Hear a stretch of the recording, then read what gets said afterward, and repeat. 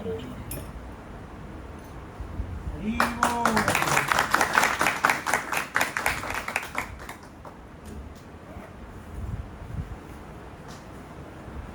ज्ञानतिमिरान्धस्य ज्ञानाञ्जनशलाकया चक्षुरुन्मिलितं येन तस्मै श्रीगुरुवे नमः। नमो विष्णुपादाय कृष्णपृष्ठाय भूतले श्रीमते भक्तिवेदान्तस्वामीति नामिने। नमस्ते सरस्वते देवे गौरवाणी प्रचारिणे निर्विशेष शून्यवादी पाश्चात्यदेशतारिणे। जय श्री कृष्ण चैतन्य प्रभु नित्यानंद श्री अद्वैत गदाधर श्रीवासादि गौर भक्तवृंद। हरे कृष्णा कृष्णा कृष्णा हरे हरे, हरे राम राम राम हरे हरे। हरे कृष्ण। आप सबका स्वागत है। तो हमने नरसिम्हा कथा करी थी पिछली बार। हिरण्यकशिपु का वध हो गया था और उसी के साथ हमारा 7वां स्कंद समाप्त हो गया था श्रीमद् भागवतम का। अब हम श्रीमद् भागवतम में आगे बढ़ते हैं 8वें स्कंद की ओर। आवाज़ है इसका ना पीछे तक? तो अब 8वां स्कंद जब शुरू होता है, अब हमने जब स्टार्ट किया था श्रीमद् भागवतम, तब हमने देखा था किस प्रकार सुखदेव गोस्वामी और परीक्षित महाराज के बीच में वार्तालाप हो रही है। सुखदेव गोस्वामी श्रीमद् भागवतम बता रहे हैं परीक्षित महाराज को। परीक्षित महाराज जो है 7 दिन में उनकी मृत्यु होने वाली थी, तो 7 दिन में उन्होंने श्रीमद् भागवतम बताई थी। और परीक्षित महाराज जैसे जैसे सुखदेव गोस्वामी श्रीमद् भागवतम के बारे में बताते गए, वैसे वैसे परीक्षित महाराज ने सवाल पूछना शुरू किया, और वही सवाल और जवाब है जो है वो है श्रीमद् भागवतम। अब श्रीमद् भागवतम 8वां स्कंद शुरू हो गया, तब परीक्षित महाराज पूछते हैं सुखदेव गोस्वामी से कि अलग अलग मनुओं के राज्य में, अभी ब्रह्मा जी के एक दिवस में 14 मनु राज करते हैं। बहुत बार बताया है, हमने सुना भी होगा आप लोग ने। ब्रह्मा जी के एक दिवस में 14 मनु राज करते हैं, और हर एक मनु के एक जीवन काल में एक बार भगवान अवतार लेते हैं। अभी भगवान के कई तरह के अवतार है अलग अलग। मेजोरिटी हम जो कथाएं करते हैं वो भगवान के लीला अवतारों पे करते हैं। लीला अवतार यानी राम भगवान, मत्स्य, वराह, कूर्म, परशुराम, कृष्ण, बलराम, कल्की, ये सारे जो है भगवान के लीला अवतार हो गए। तो भगवान लीला अवतार कभी कभी लेते हैं, हमेशा नहीं लेते हैं, बहुत रेयर होता है। हर मनु के राज्य में भगवान नहीं आते, किसी किसी मनु के काल में ही भगवान लीला अवतार में लीला करने के लिए लीला अवतार लेते हैं। परंतु भगवान एक और इसके अलावा अवतार लेते हैं, तो उसको कहते हैं मनवंतरा। यानी एक मनु जब 71 दिव्य युग राज करता है, उसको मनवंतरा कहते हैं। और हर एक मनवंतरा में भगवान एक बार आते हैं हर मनु के राज में। और वो ज़्यादा फेमस नहीं है, जो शास्त्र पढ़ता है उनको इसके बारे में ज्ञान होगा, परंतु जनरल पब्लिक को इसके बारे में ज़्यादा ज्ञान नहीं है। तो उसके बारे में परीक्षित महाराज पूछते हैं कि भगवान क्या क्या अवतार लेते हैं अलग अलग मनु के राज में। तब सुखदेव गोस्वामी कहते हैं कि सबसे पहले मनु आए स्वयंभू मनु। स्वयंभू मनु की 2 पुत्रियां हुई, देवहूति और आकुति। तो देवहूति की हमने 3रे स्कंद में कथा करी थी। कर्दम ऋषि से उनका विवाह हुआ था, और उनको फिर जो पुत्र प्राप्ति हुई वे थे कपिल देव। भगवान का एक अवतार था कपिल अवतार, जो उन्होंने अवतार लिया था ज्ञान प्रदान करने के लिए। उन्होंने हर जगह भ्रमण किया, धर्म को, ज्ञान को फैलाया। और श्रीमद् भागवतम के 3रे स्कंद में ही हमें ज्ञान मिलता है किस प्रकार एक जीव जब है जो माता के कोख में प्रवेश करता है, तब वो क्या विचार करता है, उसकी क्या दशा होती है, जो हम आजकल साइंस में पढ़ते हैं, बायोलॉजी की क्लास में आई गेस। तो वो सारा जो ज्ञान है श्रीमद् भागवतम के 3रे स्कंद में कपिल भगवान ने देवहूति को दिया। अब जैसे स्वयंभू मनु की 2 पुत्रियां थी, आहुति और आकुति, देवहूति और आकुति। तो आकुति से उत्पन्न हुए यज्ञपति। अब ये कृष्ण भगवान के एक और अवतार थे यज्ञपति, ठीक है। अब पहले स्वयंभू मनु हो गए, ठीक है। दूसरे मनु जो हुए उनका वो थे अग्नि के पुत्र, अग्निदेव के पुत्र स्वरोचिषा करके थे, उनका नाम था, वे दूसरे मनु बने। वो दूसरे मनु के राज में, अब दूसरे मनु का जब राज आया तो पहले मनु, स्वयंभू मनु और उनकी पत्नी शतरूप वे जंगल में चले गए तपस्या करने के लिए। अब जब वे जंगल में चले गए तपस्या करने के लिए तो वे पूरी तरह से भगवान में लीन हो गए थे।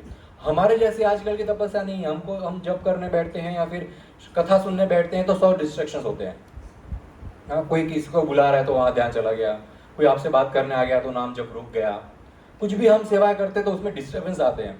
परंतु यदि श्रीमद् भागवतम में हम देखेंगे जो भगवान के उत्तम भक्त हुए हैं, वे जब तपस्या करते हैं, भगवान के ध्यान में जाते हैं तो बाहर क्या हो रहा है उनको नहीं पता, कि पूरी तरह से भगवान में लीन हो जाते हैं। हम बाहर से तो दिखते हैं कि हम पूरी तरह भगवान में लीन है, तिलक हो गया, कंठी माला हो गया, जप ले लिया हाथ में, तो बाहर से दिखता है हाँ भगवान का जप कर रहा है, अंदर से हम लीन नहीं है, भगवान के अंदर विचार नहीं है, भगवान के बारे में विचार नहीं कर रहे जब कर रहे। तो यहाँ पर स्वयंभू मनु और शतरूप जब तपस्या कर रहे थे जंगल में तो वे पूरी तरह से ट्रांस में चले गए थे, समाधि में चले गए थे पूरी तरह से। और उनको इस प्रकार समाधि में देखने के बाद वहां पर बहुत ही भूखे राक्षस और दानव आ गए, बहुत भूखे थे। और इन्होंने देखा अभी तो ध्यान में है, कुछ होश आवाज नहीं है, तो वो सभी दिशाओं से इन राक्षसों ने, भूखे राक्षसों ने स्वयंभू मनु और उनकी पत्नी शतरूप के ऊपर अटैक कर दिया उनको खाने के लिए। उनकी रक्षा के लिए भगवान जो है यज्ञपति के रूप में आते हैं अनेक देवी देवताओं के साथ, और इन राक्षसों का वध करके भगवान इंद्र की पोस्ट लेते हैं। तो सेकंड मनु के राज में इंद्र की पोस्ट जो है भगवान कृष्ण ने यज्ञपति के रूप में ली थी।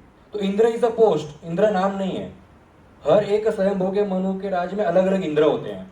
इस बार कोई और है, पिछली बार कोई और था, उसके नेक्स्ट टाइम जब दूसरे आएंगे तब कोई और होगा।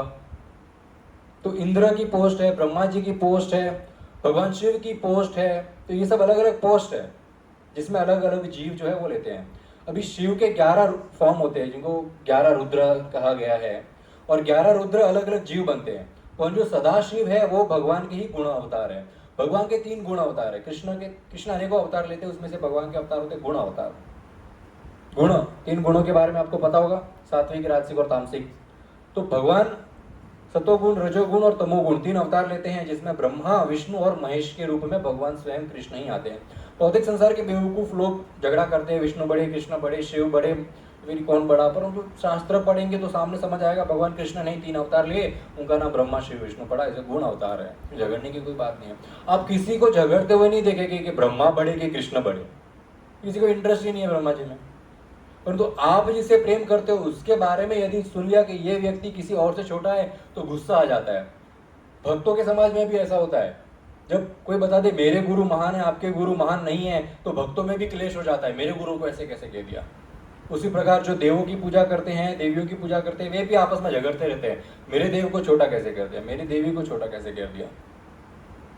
ये भौतिक संसार के जो बद्ध जीव है, बहुत बॉडीली कॉन्सेप्ट पे जो होते हैं वो वही बहस करते हैं इस प्रकार। जो ज्ञानी होते हैं, जिनके पास शास्त्रों का ज्ञान होता है, जो वास्तविक भगवान से प्रेम करते हैं, वो इस तरह बहस नहीं करते। उनको पता है किसकी क्या पोजीशन है और कब कैसे किसकी पूजा करनी चाहिए। ये भक्तों के गुण होते हैं। अब दूसरे मनु में भगवान ने इंद्र का पोस्ट लिया। अब एक ऋषि हुए, वेदशिर ऋषि, उनकी वाइफ थी तुषिता। तो वेदशिर और तुषिता से एक पुत्र की प्राप्ति हुई, उनका नाम हुआ विभु। वे भगवान के तीसरे अवतार हुए। ठीक है। अब किंग प्रियव्रत, राजा प्रियव्रत के पुत्र हुए उत्तम, और उत्तम तीसरे मनु बने। तीसरे मनु के राज्य में धर्म राजा के पुत्र हुए अवतार सत्यसेना। ये भगवान के एक और अवतार हुए तीसरे मनु के राज्य में। जब चौथे मनु का राज आया तो जो उत्तम तीसरे मनु हैं, उनके सगे भाई थे, उनका नाम था तमस। तमस जो है वह चौथे मनु बने। और चौथे मनु के राज में हरिणी और हरिमेध, पति और पत्नी हरिणी और हरिमेध के कोख से भगवान ने एक और अवतार लिया जिसका नाम हुआ हरिणी। हरिणी और हरिमेध के कोख से हरिणी अवतार हुआ। और ये हरिणी अवतार से भगवान विख्यात हुए हरि, जो आजकल सब कहते हैं ना हरि, ये हरि है, हरि इच्छा, हमारे हृदय में तो हरि बसे हैं। हाँ, तो ये सब ये अवतार से नाम। अवतार के बारे में किसी को पता नहीं है, परंतु नाम से भगवान विख्यात है। यज्ञपति बहुत सारे लोगों को पता है। यज्ञपति जो यज्ञ करते हैं उनके जो सर्वश्रेष्ठ है वो है भगवान विष्णु, इसलिए उनको कहा गया यज्ञपति। तो ये भगवान अवतार रहते हैं। ये अभी क्या हो रहा है, सुखदेव गोस्वामी परीक्षित महाराज को बता रहे हैं किस प्रकार की अलग अलग मनु के राज में भगवान अलग अलग अवतार लेते हैं। और जैसे ये हरिणी के बारे में जब सुखदेव गोस्वामी बताते हैं कि इन्होंने क्या, अभी ये सब श्रीमद् भागवतम यदि 8वें स्कंद के पहले चैप्टर में जब पढ़ेंगे श्रीमद् भागवतम में, तब सुखदेव गोस्वामी जो ये अवतार है उनका बहुत डिटेल बताते हैं कि ये मनु के राज में, स्वयंभू मनु के राज में कौन इंद्र बना, कौन शिव बना और कौन 7 ऋषि के पोजीशन पे आए, किसने क्या भूमिका निभाई, हर एक मनु के बारे में अलग अलग डिटेल बताया गया। अब जब चौथे मनु तमस के जब मनवंतरा में अवतार लिया भगवान ने हरिणी नाम का, उन्होंने क्या किया, तब सुखदेव गोस्वामी आगे बताते हैं कि यही हरिणी ने गजेंद्र का उद्धार किया। तब परीक्षित महाराज बोलते wait wait wait wait wait, what did you say? हाथी का उद्धार? भगवान आए हाथी का उद्धार करने के लिए? आज तक कभी भी भविष्य, भूत या फिर प्रेजेंट और भविष्य में कभी सुना नहीं है कि जानवर की रक्षा के लिए भगवान अवतार ले रहे हैं। बहुत सारे जानवरों को बहुत ही क्रूरता से मारा जाता है उनको, और बहुत ही गलत होता है जानवरों के साथ आज भी, और पहले भी हुआ है, परंतु भगवान कभी आए ही नहीं। ये हाथी ने ऐसा क्या किया कि जिसके लिए भगवान आ गए? Can you please tell me about Gajendra? अब शुरू होती है हमारी गजेंद्र कथा। इस प्रकार सवाल जवाब होते हैं और स्टोरीज में से स्टोरीज निकलती रहती है। अब सुखदेव गोस्वामी गजेंद्र के बारे में बताना शुरू करते हैं। तो ये गजेंद्र, हम सब भी थोड़े क्यूरियस हो सकते हैं कि गजेंद्र ने ऐसा क्या किया, गजेंद्र को ही बचाने। बहुत सारे हम बचपन में, आपका पता नहीं, मैं जब स्कूल टाइम में पढ़ता, फोन तो हुआ करते थे नहीं उस टाइम में, ये सब यूट्यूब वगैरह नहीं होता, टीवी में हम लोग सब लोग एक्सपर्ट थे। तो मेरा फेवरेट चैनल होता था जियोग्राफी का या फिर हिस्ट्री का एक चैनल आता, उस पर सब बताते जानवर भाग रहे हैं, माइग्रेट कर रहे हैं, मारा मारी हो रही है, सब जानवरों के बारे में बताते थे। वो मैं देखता था और उसमें हमेशा एक सीन आता था जब हिरण या फिर कोई भी जानवर रिवर को क्रॉस करता है तो पीछे से एक मगरमच्छ की सिर्फ 2 आंखें दिखती है, पानी से आ रहा है, और एक झपट्टा मार के उसको पकड़ लेता है। फिर वो हिरण या फिर जो भी जानवर उसमें होता है वो बहुत तड़पता है, बाहर लात मारता है, बाहर आने की कोशिश करता है, परंतु मगरमच्छ जिस प्रकार से उसको पकड़ता है, इतनी मजबूत उसकी पकड़ होती है कि फाइनली वो जानवर दम तोड़ जाए, जो आखिरी दम तक वो लात मारता है उसको, कि किसी चांस से कभी कभी वो बच भी जाता है। तो बच जाता था तो हमको बहुत खुशी होती थी, बची। और इस बात का दुख नहीं हो रहा है कि वो मगरमच्छ भूखा मर रहा है, उसके बच्चे भूखे मर रहे हैं, उसका बात नहीं है, ये बच गया, ठीक है, साइकिल है, भगवान ने बनाए एनिमल लाइफ, एनिमल साइकिल है। सर्वाइवल ऑफ द फिटेस्ट करके शो आता था, उसमें ये बताते थे जो फिट है वो जंगल में रहेगा। तो इसी प्रकार गजेंद्र जो हाथी है वो भी गए थे समुद्र नदी में स्नान करने के लिए, पानी पीने के लिए, इनको भी मगरमच्छ ने पकड़ लिया, ये भी बहुत लड़ाई किए, परंतु इनको बचाने के लिए भगवान क्यों आए?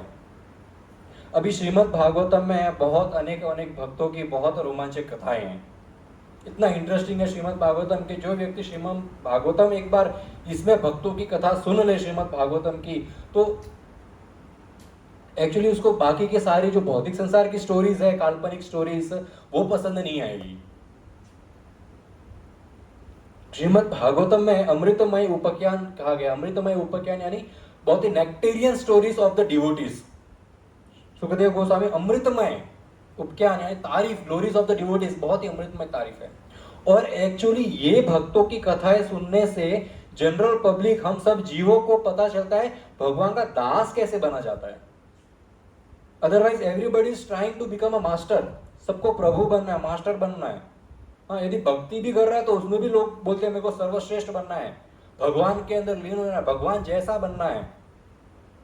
परंतु श्रीमद् भागवतम एक ऐसा शास्त्र है जिसको पढ़ने से व्यक्ति को, जीव को, भक्त को पता चलता है कि दास कैसे बनने जाए। क्योंकि इसमें जो भक्तों की कथाएं हैं उसमें सब में एक ही, आपको एक स्कूल में जब हम पढ़ते थे स्टोरीज होती थी, बहुत इंग्लिश की बुक्स होती थी, हिंदी की बुक्स या फिर मराठी की लिटरेचर बुक्स होती थी, तो उसमें कुछ स्टोरीज बताते हैं। स्टोरीज के एंड में एक होता है मॉरल ऑफ द स्टोरी, फिर 2 लाइन की मॉरल ऑफ द स्टोरी होता है।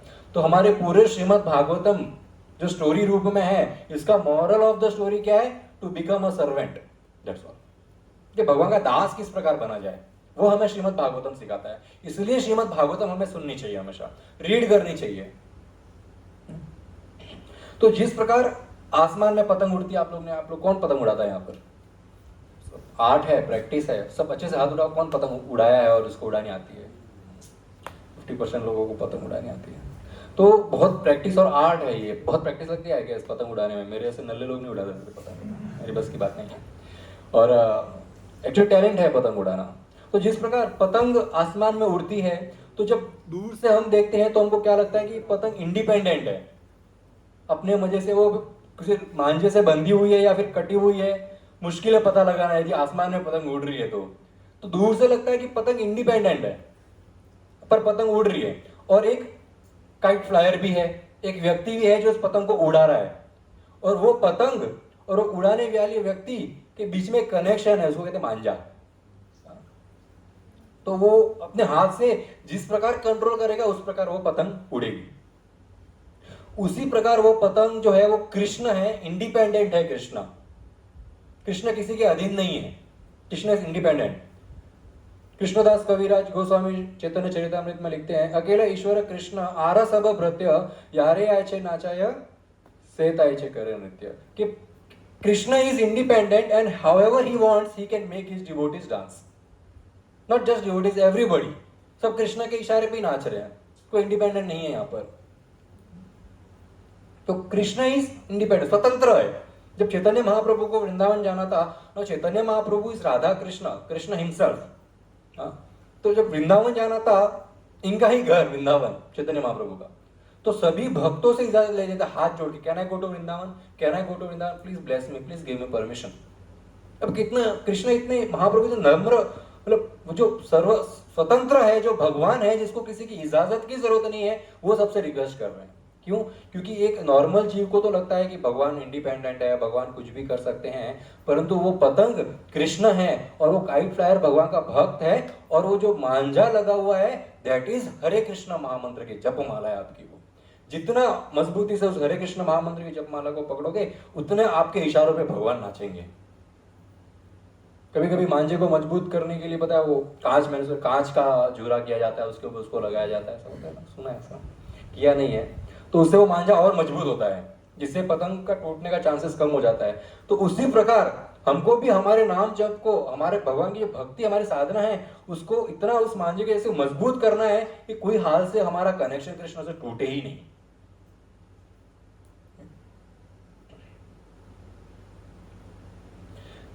तो भगवान तो भक्तों के अधीन हो गए।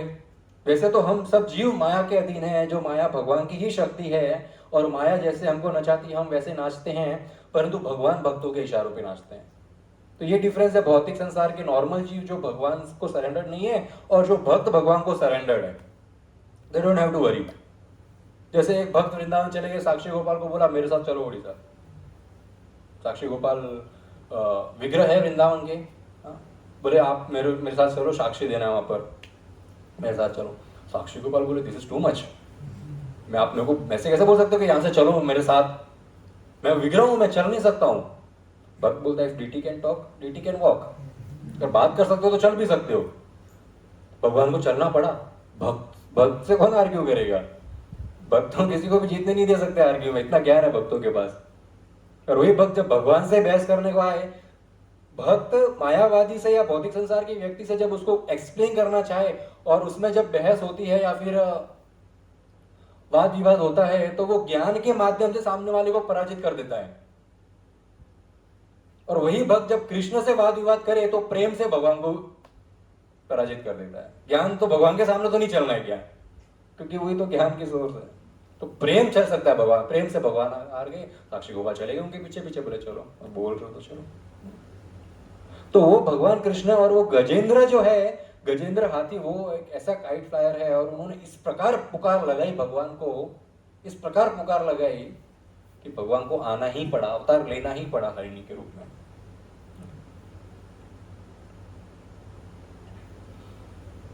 कुछ भक्त बताते हैं कि जैसे बॉर्डर पे आर्मी का एक पूरा ग्रुप होता है, सामने एनिमीज होते हैं, तो एकदम सचेत रहना पड़ता है, कॉन्सेंट्रेट होना चाहिए, पता नहीं कब कहां से दुश्मन आ जाए, पूरा ट्रेन होना चाहिए।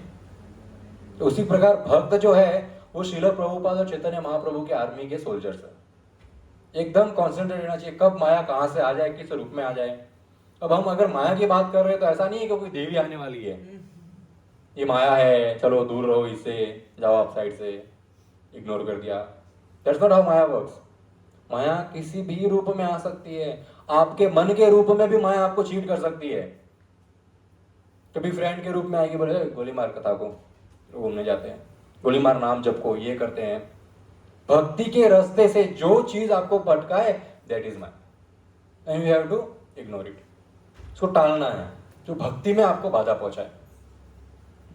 तो गजेंद्र ने ऐसा क्या किया, ऐसी कैसी उसका मांझा इतना मजबूत था कि भगवान आ ही गए, अधीन हो गए गजेंद्र के। तो भगवान से प्रार्थना करनी चाहिए। गजेंद्र ने क्या किया था, प्रार्थना की थी ना।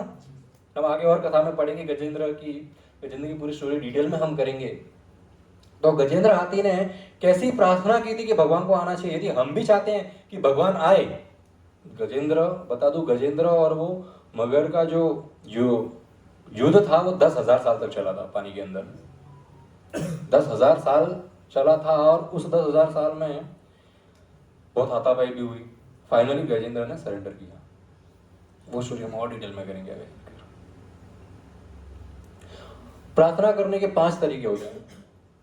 सबसे पहला होता है कि हम जब नाम जप कर रहे हैं तो संबंध भाव में करें। संबंध भाव यानी हमारा रिश्ता जो है भगवान से, वो उसको याद करने की कोशिश करें, कि भाव हमेशा यही होना चाहिए। क्योंकि इस भौतिक संसार के जो रिश्ते हैं वो तो पानी में बहते हुए तिनकों के समान है। ये किनारे पे मिले, एक लहर आई, चले गए, सब बिखर गए। दूसरे किनारे पे नया परिवार, अगले जन्म में नया परिवार।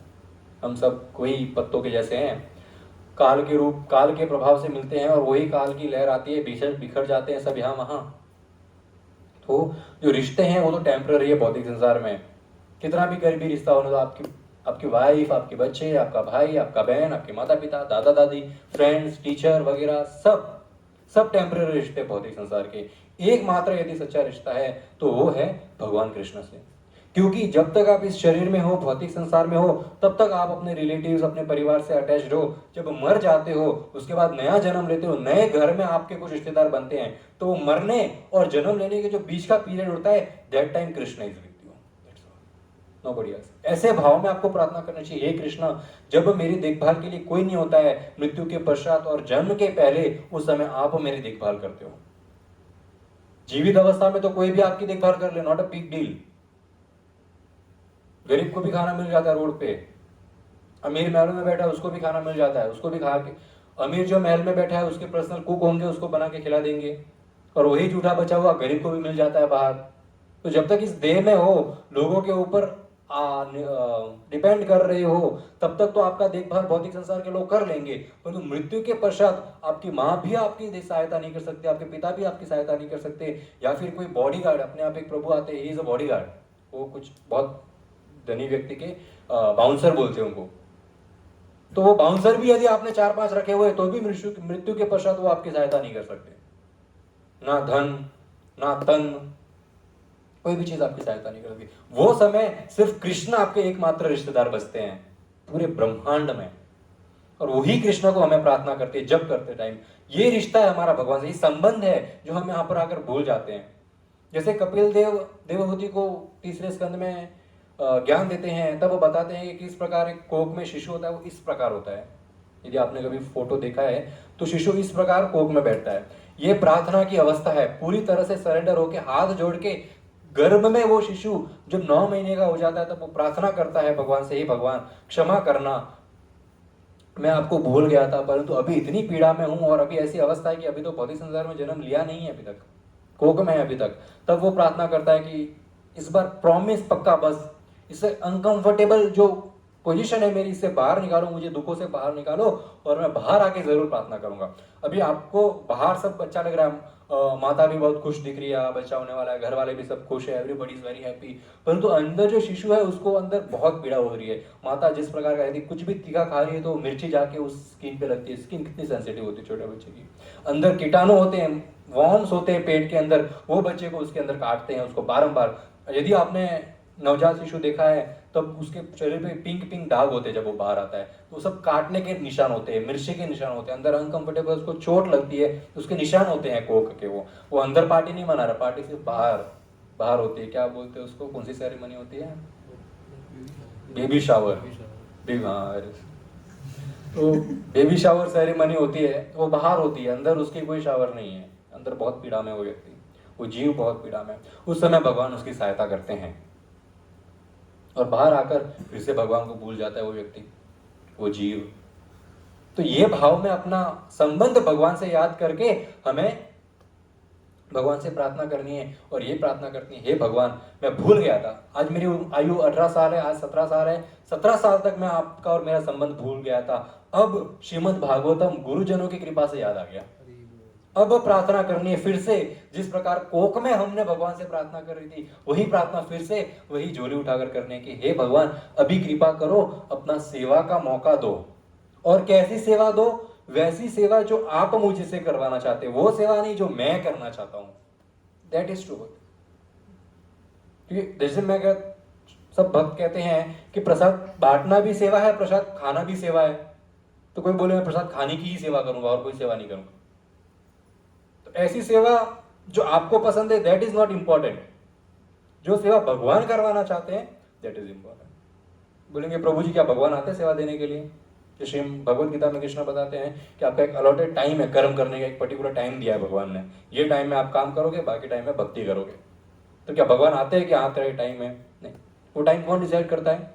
वही भगवान के माता पिता, आपके बॉस के माध्यम से भगवान बताते हैं आपका जॉब टाइमिंग है 9 to 5, ये कर्म का टाइम है, इसमें बहुत खूब पैसा कमाओ, अच्छे तरीके से पैसा कमाओ, और बाकी का समय है वो भगवान को दो, that is the allotted time. अब सेवा करनी है, सेवा कौन अलॉट करता है? भगवान नहीं आते, भगवान अपने भक्तों के सीनियर्स के माध्यम से बताते, प्रभु आपको प्लेट वॉशिंग करना है, दैट इज योर सेवा। यू कांट से नहीं मैं बोला भगवान सेवा देंगे तो ही करूंगा प्लेट वॉशिंग का, भगवान थोड़े आगे बोलेंगे प्लेट दो भाई तू। तो ये प्रार्थना करने की, जो भगवान आप मेरे को सेवा भक्तों के माध्यम से प्रदान करो वो सेवा मैं पक्का करूंगा, ये संबंध है भगवान से। भगवान को प्रसन्न करने के लिए कोई संस्कृत आना, श्लोक आना नॉट इम्पॉर्टेंट, क्योंकि जो चाइना में रहते हैं उनको तो कुछ भी नहीं आता है बेचारे, वो चाइना में भक्त रहते हैं उनको तो कौन सी भाषा आती? चाइनीज। वो हरे कृष्ण महामंत्र भी बेचारे अच्छे से उच्चारण नहीं कर सकते, फिर भी भगवान उनकी बात समझते हैं, दैट इज कृष्णा। एक काली चींटी काले पत्थर पे, और वो काला पत्थर है काले कुएं के अंदर, एक काली अमावस्या की रात में उस चींटी को भी भगवान देख सकते हैं, दैट इज कृष्णस पावर। तो भगवान कोई भी भाषा समझ, आप चाइनीज में बोलो, हिंदी में, मराठी में, इंग्लिश में भी बोल दो, प्रार्थना कोई भी भाषा में कर दो, जरूरी नहीं है जैसे हम श्रीमद् भागवत में पढ़ते सब भक्त संस्कृत के बहुत उत्तम हाई लेवल के श्लोक से भगवान की स्तुति करते हैं, नॉट नेसेसरी। आप अपनी टूटी फूटी भाषा में, भगवान उस माँ के समान है जो छोटा बच्चा जब तोतली भाषा में भी माँ को जो बोलता है माँ समझ जाती है इसको क्या चाहिए, बस वो उस ऐसी माँ की जो करुणा है, वैसे हजारों माँओं की करुणा उस भगवान के अंदर है, जो आप कैसी भी भाषा में भगवान को बोल दो भगवान सुनेंगे। वेट कर रहे भगवान बोले तो सही। तो छोटा बच्चा होता है धीरे धीरे बड़ा होता है, तो माता पिता वेट करते कब बोले कब बोले, कब कब पहली बार किसका नाम बोलेगा, दादा का नाम पहली बार दादा बोलेगा, दादी बोलेगा, पहले पहले माँ बोलेगा, पहले पापा बोलेगा, भाई बोलेगा, वेट करते कब ये पहला वर्ड उच्चारण करे। भगवान वो वेट कर रहे हैं कब पहली बार बोले हरे कृष्ण, कब पहली बार नाम उच्चारण करे। और आप लोगों ने एक्सपीरियंस किया ही होगा, आपके रिलेटिव्स में बच्चे होते हैं वो पहली बार नाम बोला, सब लोग कितने खुश होते हैं घर में, नाम बोला पहली बार नाम बोला, बस उसी से 1000 गुना खुश भगवान वहां पर बोलते फाइनली इसने मेरा नाम बोला, फाइनली नाम बोला। भारत में ठीक है न चाहते हुए भी लोग नाम बोल देते हैं, कैसे बोलते बहुत सारे, अभी मेरी एक बिल्डिंग था, उसका नाम, एक बिल्डिंग का नाम है राम निवास, तो पूछे राम निवास कहाँ है, तो उसने इनडायरेक्टली भगवान का नाम ले लिया, उसको फल मिल गया। तो जो भारत के बाहर रह रहे हैं वो कैसे करेंगे, वहां पे तो कोई राम निवास भी नहीं है, कोई बोलो भगवान के नाम से कोई जगह के नाम बोलो, ओम निवास, राम निवास, कृष्णा पैलेस, हाँ कृष्णा पैलेस आप एक क्लब है कृष्णा पैलेस, तो सुदामा होटल, तो भगवान के भक्तों के नाम भारत में न चाहते भी लोग उच्चारण कर रहे थे, फॉरेन के लोग तो वो भी नहीं कर सकते, भगवान बहुत ईगर है कब वो नाम उच्चारण करे। ये पहला तरीका है संबंध भाव से नाम जप करना, याद रखना आप लोग, जब नाम जप करो तो ये 5 चीजें मैं बोल रहा हूं उसको हमेशा स्मरण करना, संबंध भाव से भगवान के साथ जो रिश्ता है उसको याद करो। Second is to chant without desire, कोई लालसा नहीं होनी चाहिए, जप करने की भक्ति करने की लालसा नहीं होनी चाहिए।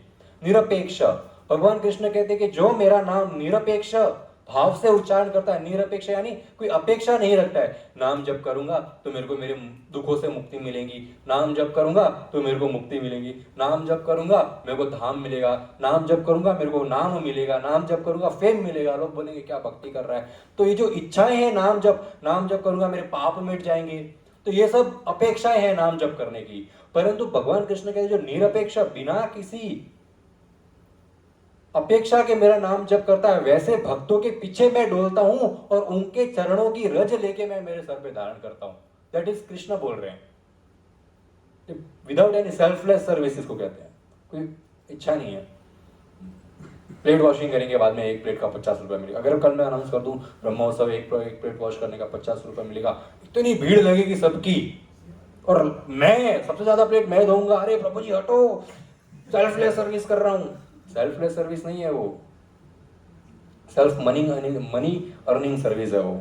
एक प्लेट का 50 रुपया, और यहाँ पर कितने 5,000 प्लेट धोते हैं। 5,000 इंटू 50 कितना होता है? 25 लाख, 2.5 लाख। 2 घंटा प्लेट धोने का 2.5 लाख मिले। काम धंधा छोड़ के लोग आएंगे, सैटरडे के दिन हिसाब क्या बाहर में 2.5 लाख लेके आता हूँ पहले। परंतु यदि सेवा करने के बाद कुछ भी ना मिले, एक लड्डू भी नहीं मिले, प्रसाद भी नहीं मिले, तो भी जो तत्पर है, हाँ सेवा करूंगा। देखा आप सब बहुत तत्पर होते हैं सेवा के लिए, भाग के आते हैं सेवा के लिए, बहुत अच्छी बात। इसको कहते हैं सेल्फलेस सर्विस। और ऐसे भक्तों के पीछे भगवान डोलते हैं, उनके चरणों की रज लेने के लिए। एक बार कृष्ण मैसेज देना चाहते थे नारद मुनि को, सब भक्तों को। द्वारका में थे कृष्ण, बोलते मेरा बहुत सर दुख रहा है, बीमार हो गए। सब वे डॉक्टर्स, क्या कहते हैं डॉक्टर्स को, आयुर्वेद, वैदों को बुला, वैद आयुर्वेद जो भी इलाज होता है सब किया गया भगवान के ऊपर, पर भगवान ठीक नहीं हो रहे। नारद मुनि आए, सुनी होगी आप लोगों ने शायद। नारद मुनि आए, नारद मुनि ने पूछा भगवान को, अभी आप ही सब डॉक्टरों के डॉक्टर तो आप है, आप बताओ कैसे आपका सर दर्द ठीक होगा। भगवान ने कहा जो मेरे उच्च क्वालिटी के, जो उत्तम लेवल के, मेरे जो सबसे सर्वश्रेष्ठ, जो मेरे से प्रेम करते हैं, वैसे मेरे भक्तों के चरणों की रज यदि मेरे को मिल जाए तो मेरा सर दर्द ठीक हो जाए। बोला अच्छा ठीक है, मैं भी लेके आता हूँ। सबसे पहले ये शिव जी के पास, वैष्णव में सर्वश्रेष्ठ शिव जी, बोले शिव जी के पास। शिव जी ने मना किया, बोले मेरे चरणों की रज कृष्ण के लिए इम्पॉसिबल। ब्रह्मा जी के पास गए, ब्रह्मा जी मेरे को नरक थोड़ी जाना है भाई। मतलब अपने पैर, कभी आपने कभी सोचा अपने वाइल्डेस्ट ड्रीम में कि आप अपने ही गौर निताई की डिट्टी के ऊपर पैर रख के खड़े हो? इमेजिन करो, इम्पॉसिबल। कोई नास्तिक भी होगा तो वो नहीं सोचेगा भगवान के ऊपर पैर रख रहा हूं मैं, भगवान के विग्रह के ऊपर पैर रखना, या फिर अपने पैर ही साफ करके वो रेत लेके भगवान के ऊपर डाल देना, कोई नहीं सोचेगा ऐसा। पाप लगेगा, नरक में जाएंगे, सब यही बोल रहे। नारद मुनि पूरा ब्रह्मांड घूम फिर के वापस कृष्ण के पास आ गए, बोले माफ करना, कोई नरक नहीं जाना चाहता है। बोले सब लोग बोल रहे बहुत पाप करे, हम कृष्ण से प्रेम करते हैं, पर ऐसा बड़ा पाप नहीं कर सकते। कृष्ण ने कहा गो टू वृंदावन, और वहाँ की गोपियों से मांगना। जब नारद मुनि द्वारका से वृंदावन जाते हैं, अब गोपियां वहां पर है ना, पूरा दिन सिर्फ द्वारका की, और उस जिस दिशा में वृंदावन से द्वारका पड़ता है ना, उस दिशा में ताकते हुए बैठती है हमेशा। जब नारद मुनि आए तो सब गोपियां भाग के चली गई। आप द्वारका की तरफ से आए हो, आप कुछ न्यूज लेके आए हो, बताओ क्या न्यूज है, क्या न्यूज है। तब नारद मुनि बोलते बड़ी दुखद न्यूज है। बोले क्या हो गया? कृष्ण तो ठीक है, तो दुखद न्यूज बोले तो कृष्ण के बारे में पूछेंगे और किसी के बारे में नहीं। बोले कृष्ण ठीक है? बोले कृष्ण ही ठीक नहीं है, बाकी सब ठीक है, कृष्ण को सर दर्द है। तो सब गोपियां राधा रानी समेत पूछती आपको क्या जड़ी बूटी चाहिए, आपको क्या दवाई चाहिए, क्या हर्ब्स है हमारे वृंदावन में, हम जो आप कहो वो सब लाके देंगे, कृष्ण का सर दर्द ठीक कर देना। तब नारद मुनि हिचकिचाते हैं और कहते हैं कि कृष्ण ने कहा है यदि आपके चरणों के रज मिल जाए किसी तरह तो वो उससे हमारा सर दर्द ठीक हो जाएगा। Krishna without any second thought सोने का पात्र लेकर सभी गोपियां और राधा रानी अपने चरणों के रज उस पात्र में देते हुए बोले ये लेके जाओ नारद मुनि, दे दो कृष्ण को। नारद मुनि बोलते भोली गोपियां, बिचारी गोपियां, आपको शास्त्रों का तो ज्ञान है नहीं, आप जानती हैं यदि ये रज कृष्ण ने अपने चर पर रखी तो आप कितने कितने युगों तक नरक में पीड़ाएं भोगेंगी। गोपियां कहती है यदि हमारे चरणों की रज से कृष्ण का सर ठीक हो जाए तो हम अनंत काल तक नरक में रहने के लिए रेडी है, कृष्ण को ठीक कर देना। तब नारद मुनि को realise this is true love, कि कृष्ण की खुशी के लिए कुछ भी करने को तैयार है, हमारी खुशी मैटर नहीं करती है। यदि कृष्ण, जो चैतन्य महाप्रभु शिष्टाश्रम में बोलते हैं ना, भगवान यदि आप मेरे पे, श्री शिक्षा अष्टकम का 8वां श्लोक है गेस, उसमें भगवान बोलते हैं कि हे कृष्णा, आप यदि प्रेम पूर्वक दर्शन दे दो, आलिंगन कर दो, या फिर आलिंगन नहीं करना है तो हमारे आंखों से दृश्य होके मेरे को पूरी तरह मेरा दिल तोड़ दो, फिर भी मैं आपका नाम जप करूंगा। कौन सी भी अवस्था मेरे को, नरक में रहना पड़े, स्वर्ग में रहना पड़े, पृथ्वी पे रहना पड़े, ब्रह्मांड के किसी कोने में भी रहना पड़े, कितना भी दुख हो, कितना भी दर्द हो, हम आपका नाम जप करेंगे, केवल और केवल आपसे प्रेम करेंगे। That is selfless service.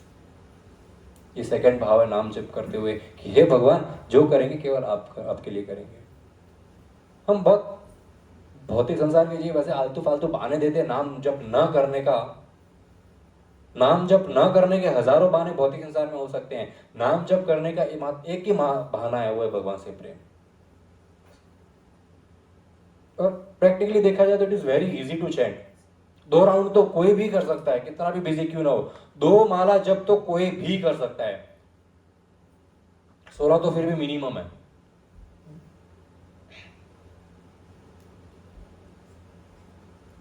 जब चैतन्य महाप्रभु संन्यास लेते हैं, चैतन्य महाप्रभु हर घर का दरवाजा खटखटाते हैं और हर घर में चैतन्य महाप्रभु कहते हैं, मुखे हरि बोल भाई, यही मात्र भिक्षा चाहिए। यानी कि एक सन्यासी का क्या होता है, वो लोगों के घर भिक्षा मांगने जाता है कि आप कुछ अन्न दे दो, कुछ भिक्षा दे दो, दैट इज सन्यासी, वो मांगने जाता है।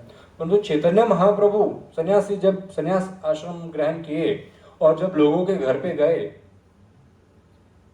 तो चैतन्य महाप्रभु बोलते हैं कि मेरे को केवल एकमात्र भिक्षा की आशा है आपके पास से, वो है कि आप अपने मुख से, मुखे हरि बोल भाई, भाई मुख से हरि बोल बोलो, हरे कृष्ण बोलो, कृष्ण का नाम जप करो, केवल वो ही मेरे को दीक्षा चाहिए, इससे बड़ी मेरे को कोई दीक्षा नहीं चाहिए।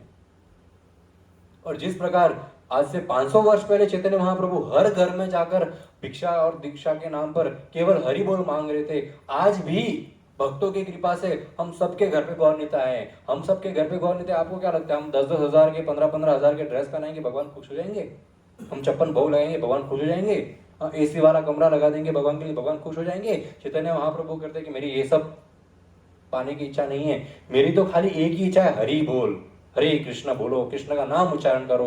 यदि आपके घर पे भगवान आए, चलेगा आप 15,000 की ड्रेस मत पहनाओ, चलेगा आप 1,000 की भी ड्रेस मत पहनाओ, चलेगा आप बहुत उत्तम क्वालिटी के भोग मत लगाओ, गौर नीताएं आपके घर आए हैं केवल एक चीज के लिए, वो है आपके मुख से हरे कृष्ण सुनना चाहते हैं, और कुछ नहीं। यदि हम नाम जप नहीं कर रहे, माला नहीं घुमा रहे, कृष्ण का नाम जप नहीं कर रहे, परंतु बोलते मैं तो भगवान की बहुत अच्छी सेवा करता हूँ, बहुत अच्छा ड्रेस पहनाता हूँ, कितना भी अच्छा आपका ड्रेस होने दो, हजारों लोग वाह वाही करने दो कि क्या सुंदर ड्रेसिंग है प्रभु, परंतु यदि नाम जप नहीं है, सारा का सारा वेस्ट है। That is not deity dressing, that is ego dressing.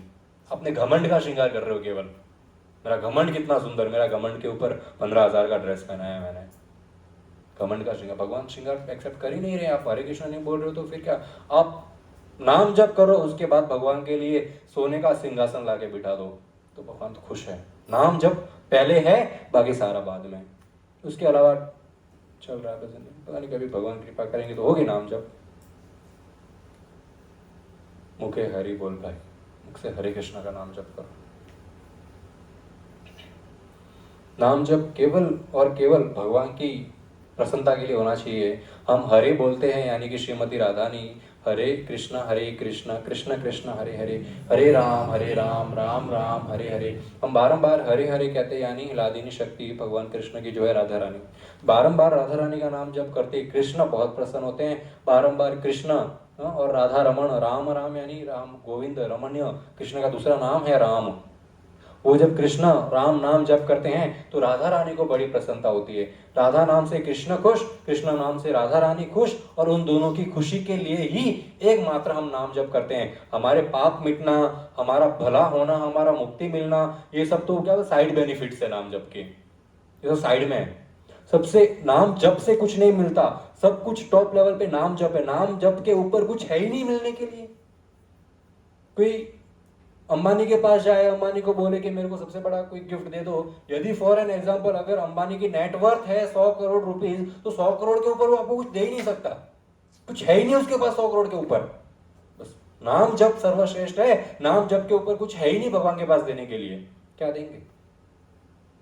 उस भाव में सेल्फलेस, कोई डिजायर नहीं होनी चाहिए उसको पाने की। उस भाव में सर्वश्रेष्ठ भगवान राधा और कृष्ण की काली प्रसन्नता के लिए नाम जप करो, जबरदस्ती करो।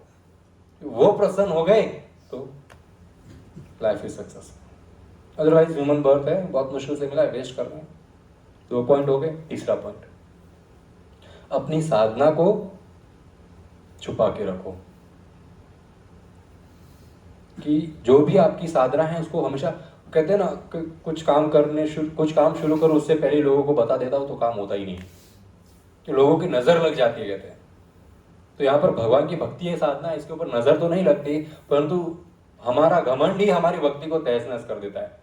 और वो देखो, मैं 32 माला जाप करता हूँ, आप कितनी करते हो? 16। 16 पे अटके अभी तक।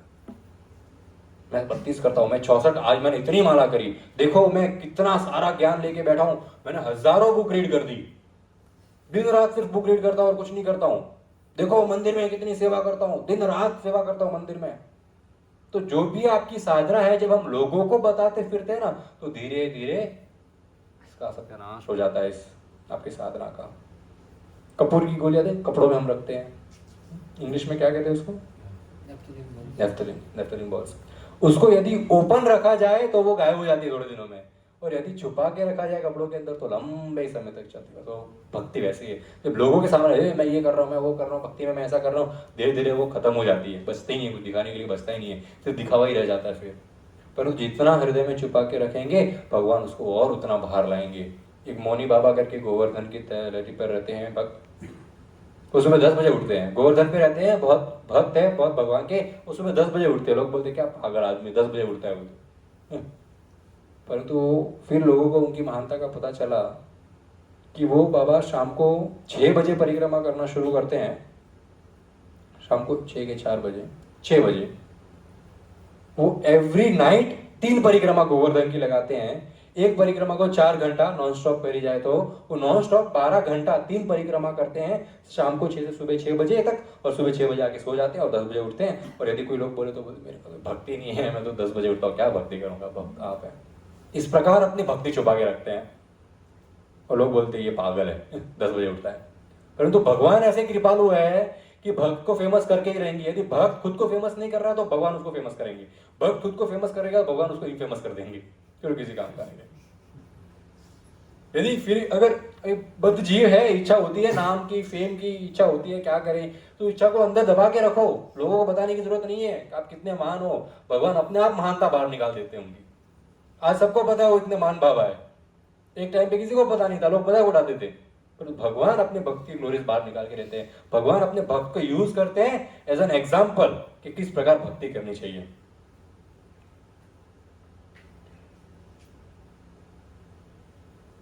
चौथा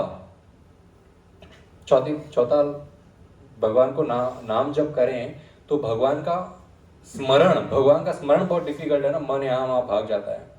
तो भगवान का स्मरण करने के लिए भक्तों के पास बहुत अलग अलग वेज है। वो अपने सामने एक फोटो रखते हैं, उसके ऊपर ही हरे कृष्ण महामंत्र लिखा होता है।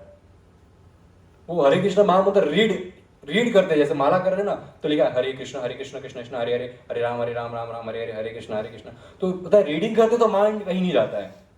ये आप लोग ने भी देखा, रीड करते तो फिर कैसे मन या तो रीड करेगा या कहीं और जाएगा। तो रीडिंग के टाइम व्यक्ति सिर्फ रीड करता है, तो रीड करते हरे कृष्ण महामंत्र सामने लिखा है, फोन में लिखा हुआ है, फोन में चालू करके स्क्रीन टाइमिंग ऑफ करके सामने रख दो हरे कृष्ण महामंत्र, उसको रीड करते रहो, 16 माला करो तब तक रीड करो हरे कृष्ण कृष्ण कृष्ण हरे। तो माइंड कहीं जाएगा ही नहीं, रीड कर रहे हो आप तो। यहाँ कुछ लोग फोटो लगाते हैं, अपने गुरु का फोटो लगाते हैं, प्रभुपाद का फोटो लगाते हैं, आचार्यों का फोटो लगाते, उनको देख कर नाम जप करते हैं। कुछ लोग गौर निताई का फोटो लगाते हैं, राधा कृष्ण का फोटो लगाते हैं। तो इस प्रकार भगवान का फोटो देखकर नाम जप करने से भगवान के बारे में और सोचते हैं। कुछ लोग प्रभुपाद की ऐसी कृपा, हर सिटी में इस्कॉन का मंदिर है, लोग मंदिर में जाकर नाम जप करते हैं, राधा गोपीनाथ के सामने बैठकर नाम जप करते हैं, तो माइंड यहाँ वहां नहीं जाता है। तो ये चौथा टॉपिक है, remembering Krishna while chanting. 5th point most important, constant chanting. Possible है कॉन्स्टेंट चैंटिंग? हरिदास ठाकुर 22 घंटा जप करते थे, 24 घंटे में से 22 घंटा जब, 2 घंटा खाना पीना सोना नहाना, दैट्स 2 घंटे में हो जाता था। सोना, खाना पीना और स्नान करना केवल 2 घंटे में, बाकी के 22 घंटा एक जगह पे बैठ के केवल नाम जप करते थे वे। ये थे हरिदास। तो हम कैसे करें? ऐसे पॉसिबल है क्या कि पूरा टाइम नाम जप करना? नहीं। तो हमारा जो मिनिमम है 16 वो तो हम हमारे माला पे कर दे, उसके अलावा तो मन में हमेशा भगवान का नाम चलता रहता है, अंदर ही। जरूरी नहीं है बाहर बोलना है, बाहर भी बोल सकते हो, ऑफिस में अपने बैठे हो क्या है, हरे कृष्ण कृष्ण कृष्ण हरे हरे राम राम हरे हरे, हरे कृष्ण कृष्ण कृष्ण हरे हरे राम राम हरे हरे। एक भक्त थे, उन्होंने शरीर त्यागा, शरीर त्यागने के बाद उनके शरीर के अंदर से यदि कोई किसी ने हाथ उनका कोई रो रहा था तो मुंह उनके बॉडी के पास लिया तो हाथ की नसों के अंदर से आवाज आ रही थी, हरे कृष्ण कृष्ण हरे हरे हरे राम। वो व्यक्ति चले गए थे। कांस्टेंट चैंटिंग का नतीजा, शरीर के अंदर से एक टाइम होता है जब आपको नाम जप करना पड़ता है और एक ऐसा टाइम होता है कि आपको नाम जप नहीं करना पड़ता, नाम जप आपको करता है। आपके अंदर से कांस्टेंट चलता रहेगा, हरे कृष्ण कृष्ण कृष्ण हरे हरे हरे राम। प्रैक्टिस है उसके लिए। मिनिमम तो 16 है, जैसे कि 100 मार्क्स का पेपर है, पासिंग मार्क्स 35 है, तो हमारे लिए प्रभुपाद ने पासिंग मार्क्स रखा है 16, उसके ऊपर तो हम कितना भी कर सकते हैं। तो हमेशा हमको ये ट्राई करना चाहिए कि हमको हमारा don't meet the target, beat the target. 16 तो पहुंचे जैसे तैसे ही, तो हमको तो कांस्टेंट उसके ऊपर जाना है, पासिंग मार्क्स के ऊपर के मार्क्स लाने। मतलब माता पिता खुश होते हैं, आप अगले क्लास में प्रमोट हो गए, गौरव तो चले जाओगे 16 माला करके, उन्हें पासिंग मार्क्स है सिर्फ। जब 90 92 आते हैं तो सब क्या खुश होते हैं। ऐसा कांस्टेंट हरे कृष्ण कृष्ण कृष्ण हरे हरे राम मन चल सकता है, मन में चलते टाइम हो सकता है, बैठे टाइम, सोते टाइम, खाते टाइम, पीते टाइम व्यक्ति 24/7 भगवान का नाम स्मरण कर सकता है। बस अपने माइंड को ट्रेन करना है खाली एक बार। जानवर है वो कुत्ता, कुछ समझता नहीं है, दिमाग नहीं है, फिर भी उसको बोले सिट डाउन तो वो बैठता है, बोले जंप वो जंप करता है। शेर खाली छड़ी दिखानी है वो जंप करता है, बंदर नाचता है। क्या है? ट्रेन किया उस प्रकार। वो जानवर को यदि कोई ट्रेन कर सकता है तो आपका माइंड जो है, आपका मन है, क्या वो जानवर से भी गया गुजरा है? I hope so not. हमारा माइंड तो इतना तो है, यदि उसको ट्रेन किया जाए तो वो जरूर कांस्टेंट चैंटिंग करेगा। हमारे मंदिर में ब्रह्मचारी कृष्ण आनंद प्रभु, कृष्ण आनंद प्रभु, वो तो बहुत बहुत माला करते हैं। और उनका एक गुण, जिनको भी मिलते हैं उनको बस ये बोलते हैं कि माला बढ़ाओ, एक नंबर पे टिके हुए मत रहो, माला बढ़ाओ, ज्यादा चैंटिंग करो, ज्यादा चैंटिंग करो। बहुत फेमस है मंदिर में वो, इस बात के लिए कि वो चैंटिंग के लिए लोगों को हमेशा प्रोत्साहन देते हैं। तो एक बार महाराज बोलते थे, that is why I give him Krishna Anand. Krishna का नाम लेने में इनको इतना आनंद आता है कि इनका नाम ही कृष्ण आनंद दास रख दिया। और जो मैंने अभी ये 5 गुण बताए नाम जप करके, ये 5 गुण गजेंद्र के अंदर थे, इसलिए भगवान आए उनकी रक्षा के लिए। अभी 5 गुण गजेंद्र के अंदर स्टार्टिंग से नहीं थे। 3 स्टेज होते हैं। पहले जीव बोलता है आई एम एंजॉइंग दिस वर्ल्ड, जब तक उसको लाइफ की रियलिटी हिट नहीं करती, 15 16 17 साल तक, टिल दैट टाइम ही इज एंजॉइंग लाइफ। फिर 60 70 साल तक पहले oh God I am enjoying life, 20 साल तक आई एम एंजॉइंग लाइफ, 20 25 साल तक आई एम एंजॉइंग लाइफ। फिर 60 70 साल तक प्रे करते हैं कि भाई जो दुख है हमारे संसार में भगवान उसको मिटा दो, free me from this trouble. बस ट्रबल, ये दुख मिट जाए। कभी पैसों का दुख, परिवार का दुख, कमर का दुख, घुटने का दुख, शोल्डर का दुख। लोगों को अनेक प्रकार के दुख होते हैं, हर जगह से दुख मिलते हैं। तो 20 साल तक तो आई एम एंजॉइंग दिस वर्ल्ड, फिर ओ गॉड सेव मी, ओ गॉड हेल्प मी, दुख बहुत है, दुख को मिटाओ। और 70 साल बाद फिर एक ही प्रार्थना निकलती है, free me from this world, दुनिया से मेरे को हटाओ। दुख तो नहीं हटने संसार से, मैं ही संसार से हट जाता हूं। और 3 स्टेज भक्त के जीवन में होते हैं। स्टार्टिंग में जब भक्ति के जीवन में नहीं आती तब तक एंजॉइंग लाइफ। फिर नई नई भक्ति सीखते हैं तो हमेशा आशा रहती है कि ये भक्ति के माध्यम से मेरे दुख मिट जाएंगे, मेरे को कभी तकलीफ नहीं आएगी। तब तक हम जीओएसडी लगा देते हैं, जीओएसडी का कोर्स करो, जर्नी ऑफ सेल्फ डिस्कवरी। तब समझ आता है अच्छा ये कारण है मेरे दुखों का, तो गोली मारो, दुख तो आने जाने हैं, क्या है, बस के जैसा। एक दुख आया गया, दूसरा दुख आएगा, एक दुख गया दूसरा दुख आएगा। फिर कांस्टेंट प्रार्थना ये थी, भगवान free me from this world, ये भौतिक संसार की जो माया है, ये माया से मुक्ति दिलाओ और अपने धाम ले चलो। ये तीनों गुण गजेंद्र के अंदर थे। गजेंद्र ने ये तीनों किया स्टार्ट, पहले खुद प्रयास किया, पहले he was enjoying the world. हम आगे कथा करेंगे किस प्रकार तीनों स्टेज पे गजेंद्र आते हैं, उसका भी डिटेल में और कथा करेंगे। तो इसी के साथ हम आज हमारी कथा शुरू करते हैं, गजेंद्र की कथा। ठीक है। श्रीमद् भागवतम का पहला स्कंद तो अवतारों के बारे में सुखदेव गोस्वामी बताते हैं। 8वें स्कंद के पहले चैप्टर में सुखदेव गोस्वामी अवतारों के बारे में बताते हैं, और दूसरे चैप्टर में सुखदेव गोस्वामी शुरू करते हैं असित गिरिवरो राजं स त्रिकुट इति विश्रुतः शिरोदेनावृतः श्रीमान योजनायुतम उच्चितः। सुखदेव गोस्वामी बोलते हैं, सबसे पहले कहते हैं गिरिवर, असित Girivar, this Girivar. What is Girivar? गिरि मतलब माउंटेन, राइट? गिरि मतलब माउंटेन्स, वर मतलब top class, first class. Girivar, first class among the mountains. जैसे भगवान का एक नाम है Natwar, top class among the dancers, इसलिए भगवान कहते हैं नटवर। तो गिरिवर यानी top class among the mountains. विश्रुत, अभी त्रिकुट इति विश्रुत, अभी विश्रुत का अर्थ क्या है? Greatly heard. विश्रुत, श्रुत यानी सुनना, वी यानी ग्रेट। जिस माउंटेन के बारे में लोगों ने बहुत कुछ सुना हुआ है उसको कहते हैं विश्रुत। इति क्या है? जैसे भक्ति वेदांत स्वामी इति नामिने, उनका नाम है भक्ति वेदांत स्वामी। इति यानी ये उनका नाम है, भक्ति वेदांत स्वामी इति नामिने। त्रिकुट इति विश्रुति, उसका नाम है त्रिकुट। अभी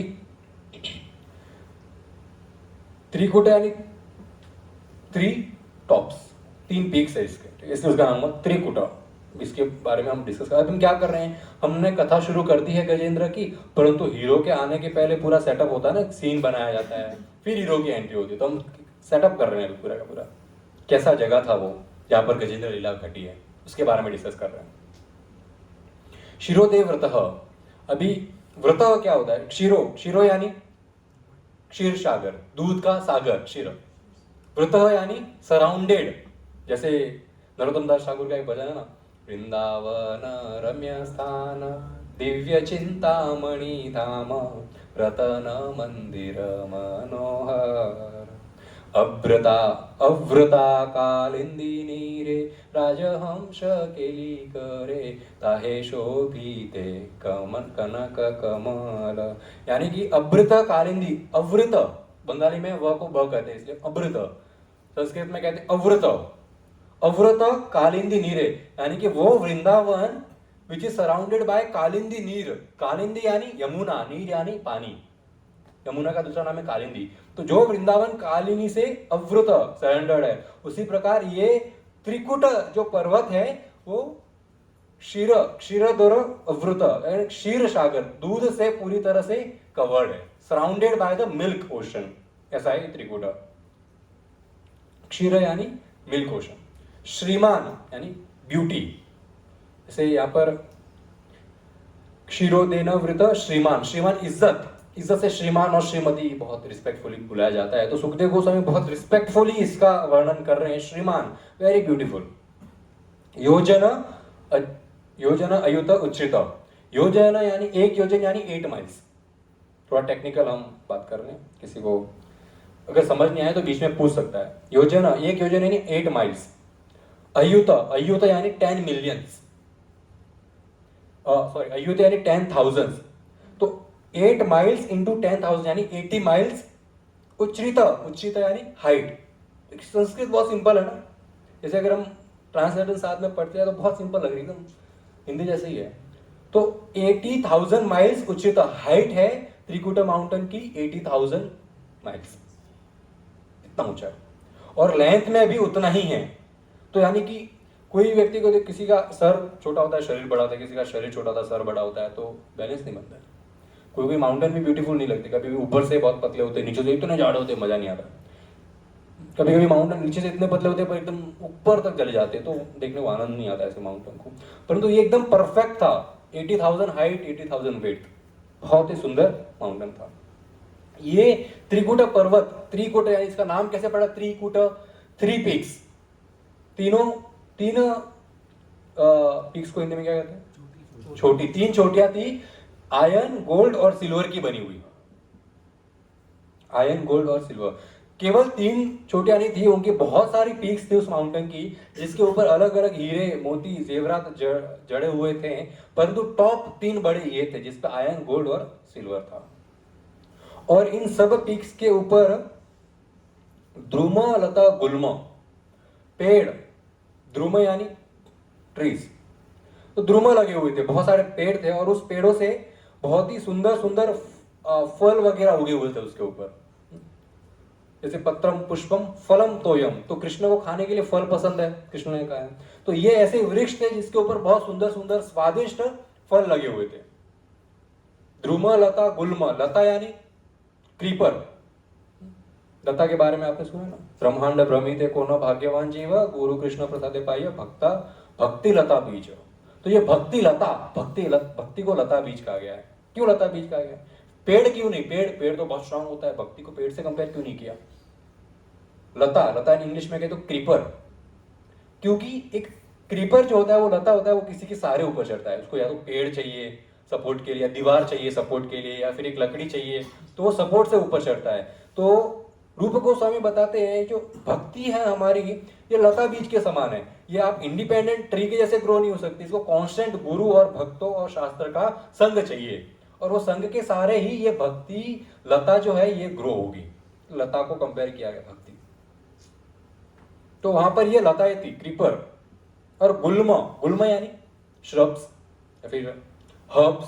जैसे उद्धव, श्रीमद् भागवतम में उद्धव जब जाते हैं वृंदावन, तब ज्ञान देने के लिए तो जाते हैं, गोपियों को ज्ञान देते हैं, भगवान के बारे में ज्ञान देने जाते हैं। पर जब गोपियों से, जैसे नारद मुनि गए थे, तो फिर नारद मुनि समझ में आ गया कि भक्ति प्रेम होता क्या है।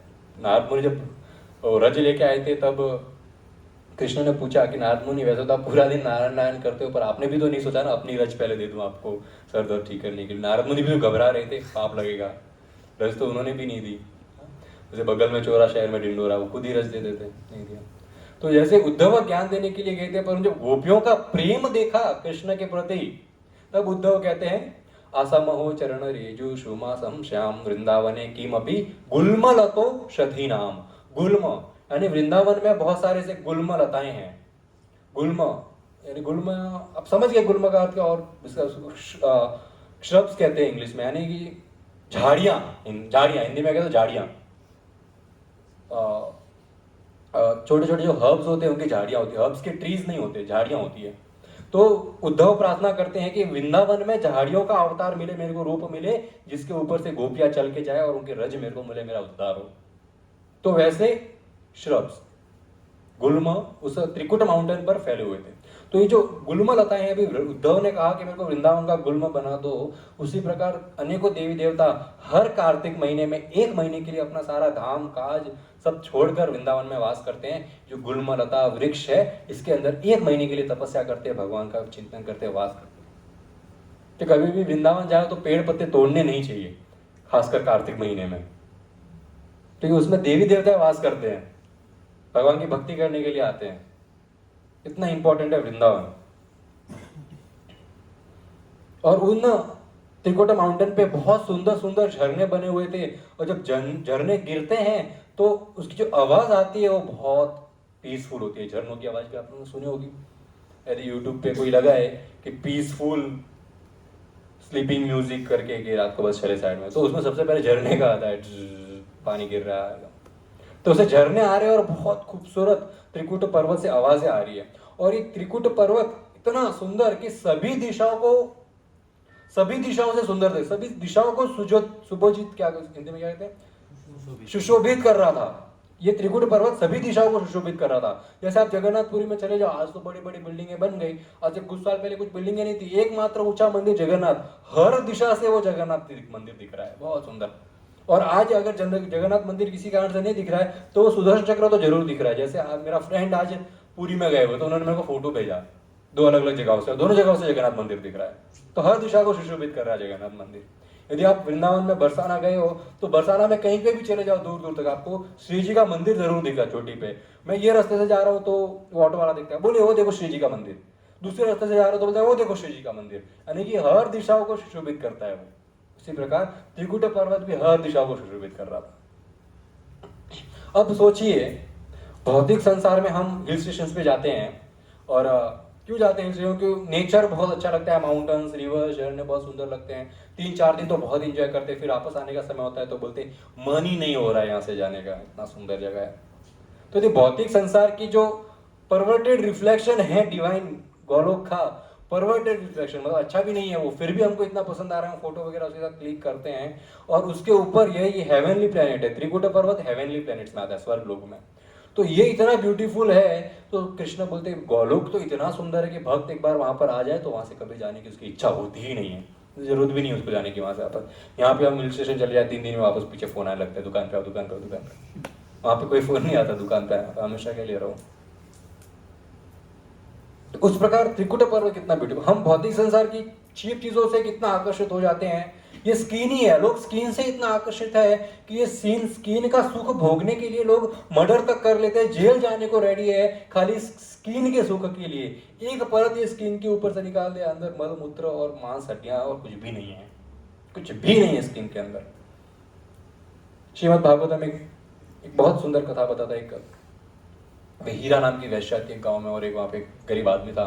वो कहता है कि मुझे ये वैश्या के पास जाता है, बोलते इसको वैश्या के साथ एक रात गुजारने की बहुत इच्छा है। हीरा नाम की बहुत सुंदर वैश्या, पर धन पैसा चार्जेस का बहुत ज़्यादा है, इतना इसके पास पैसा नहीं है, तो बहुत चिंतित होता है।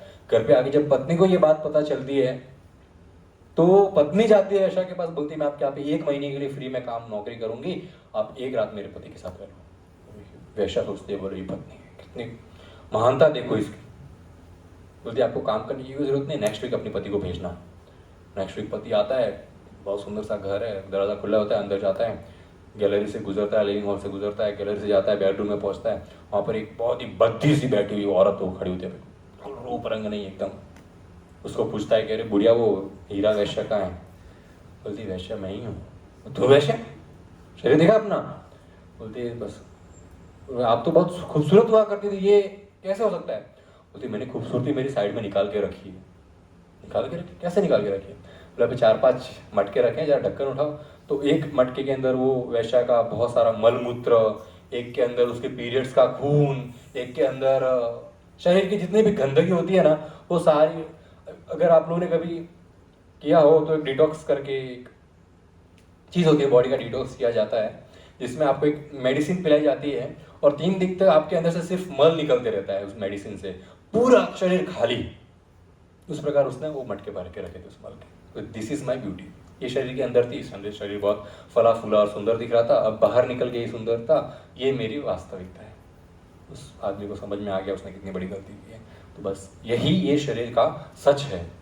यदि अभी भौतिक संसार के जीव है, जैसे कि एक्चुअली ब्रह्मांड चलता ही सेक्स डिजायर के ऊपर है, इसी से ब्रह्मांड में ग्रोथ होती है, परंतु जब इसको लिमिट से बाहर कर दिया जाए तो उसको लस्ट कहा जाता है, भोग वासना कहा जाता है, और वो भोग वासना ही हमारे नरक जाने का कारण बनता है। सभी पापों का जो शुरुआत होती है भोग वासना से होता है।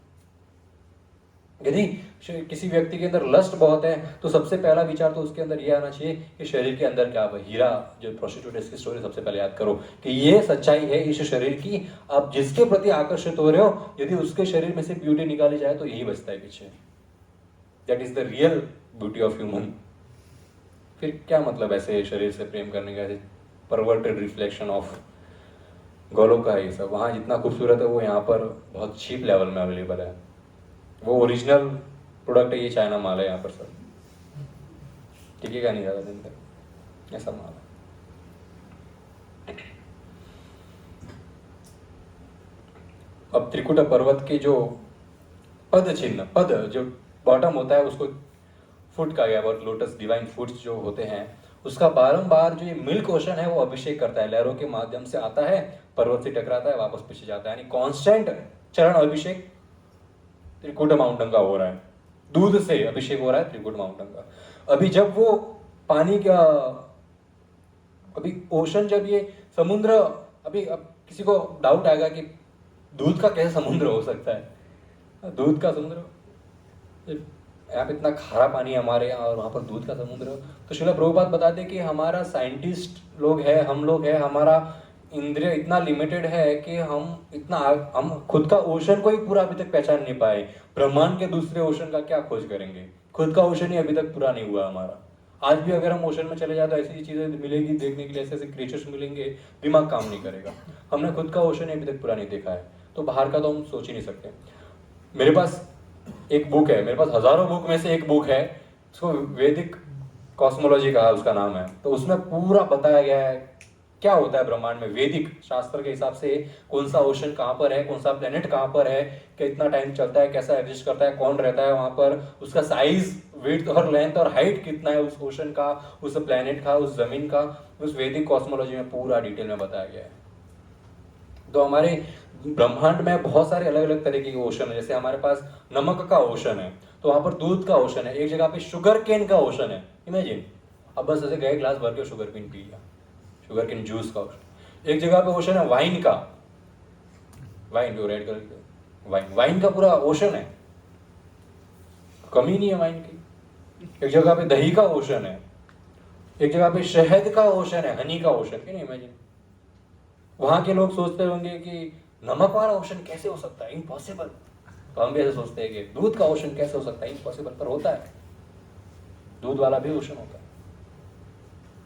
और अब ये ओशन जब त्रिकुट पर्वत के चरण का जब अभिषेक करके वापस लौटता है, तो चरणों में से बहुत रोशनी आती है, यानी कि वहां पर हीरे मोती इतने जड़े हुए हैं उस पर्वत के छोटा किनारों पर कि जैसे ही दूध उसके ऊपर से गुजरता है और जब सूर्य की किरणें लगती है तो सारे हीरे मोती एकदम चमकते हैं। यहाँ से एक लहर, हमारे अगर मुंबई की चौपाटी की कहीं एक लहर वापस आके जाती है तो उसमें से 10 प्लास्टिक की थैलियां निकलती है। इतना गंदा है पानी हमारे यहाँ पर, इतना बुरी अवस्था है उसकी। पर वहां पर बहुत डिवाइन है वो, वहां पर कचरा नहीं है दूध के ओशन के अंदर। एक बार आने के बाद हीरे मोती चमकते हैं वहां पर। अब एक समय हुआ करता था, अच्छा यहाँ पर अवतार मूवी किसने देखी है, जो ब्लू कलर के जानवर होते हैं, अवतार मूवी बहुत सारे लोग। तो अवतार मूवी में फ्लाइंग माउंटेन्स होते थे। तो हम ऐसी मूवीज को कहा जाता है साइंस फिक्शन मूवीज, यानी कि ये सच नहीं है, ये हमारी विचारधारा है, केवल हमने सोचा है ऐसा। तो भौतिक संसार में ऐसा कुछ भी नहीं है जो हमने सोचा है और वो एग्जिस्ट ना करे। हम केवल एक मनुष्य का दिमाग केवल इतना ही सोच सकता है जो ऑलरेडी ब्रह्मांड में है। तो उस समय एक टाइम हुआ करता था जिसमें एक्चुअली माउंटेन्स उड़ा करते थे। अगर माउंटेन को आज मुंबई में नहीं बैठना है तो उड़ के आज काशी में चला जाएगा, चिड़िया के जैसा। आज उड़ के वो मायापुर में चला जाएगा, वहां से उड़ के वो रामेश्वरम चला जाएगा। एक टाइम था कि माउंटेन्स उड़ा करते थे, सारे माउंटेन्स ब्रह्मांड के उड़ा करते, उनके पंख हुआ करते थे। इमेजिन नहीं कर सकते, परंतु अगर वो मूवी के माध्यम से देखे तो कितने सुंदर दिखते उड़ते हुए पर्वत। तो माउंटेन्स यूज्ड टू फ्लाई। अब इंद्र को बड़ी जलन होगी, पत्थर हो गए इनके पास इतनी पावर के उड़ रहे मेरे सामने। इंद्र गुस्सा हो गए। इंद्र ने अपने तलवार से सारे पर्वतों के पंख काट दिए और जिस जगह पे पर्वत के पंख कटे वहीं वो पर्वत गिर गया और वहीं फिक्स हो गया। तो त्रिकुट एक जगह पे गिर के फिक्स हो गया। इंद्र ने पंख काट दिए सभी पर्वतों के ब्रह्मांड में। अब इंद्र को इतना घमंड, और वो घमंड को इंद्र को हम्बल करने के लिए कृष्ण ने, किसी व्यक्ति को सही हम्बल करना है तो उसको जो चीज पसंद नहीं है उसके साथ ही खिलवाड़ करो। दुश्मन का दुश्मन दोस्त। इंद्र का दुश्मन कौन? पर्वत। तो कृष्ण ने क्या किया? गोवर्धन पर्वत को उठा लिया और उसी से इंद्र को हम्बल किया और चरणों में गिरा लिया वापस।